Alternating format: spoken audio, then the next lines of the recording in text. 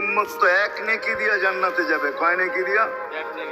একটা নেকি দিয়া জান্নাতে যাবে এই উম্মত। অন্য উম্মতের কথা জানি না আমি, এই উম্মত এক নেকি দিয়া জান্নাতে যাবে।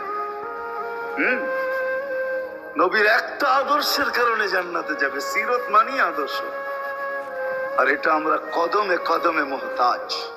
কেননা এই ছোট জীবনটা যদি গ্রহণযোগ্যতা পর্যন্ত পৌঁছাইতে হয় আল্লাহর কাছে, চাই নারী হই, চাই যুবক হই, চাই বৃদ্ধ হই, যেই মানুষই হই না কেন, যেখানেরই হই না কেন, যেই বাসারই হই না কেন, যেই বর্ণেরই হই না কেন, যেই পেশারই হই না কেন, যেই সোসাইটিরই হই না কেন, এই জীবনটাকে যদি গ্রহণযোগ্যতা পর্যন্ত পৌঁছাইতে হয় কার কাছে? দুনিয়া আলাদের কাছে না, মালিকের কাছে, যিনি এক ফোঁটা পানির থেকে অস্তিত্ব দিচ্ছেন, যার কাছে আবার আমাদেরকে ফিরা যেতে হবে।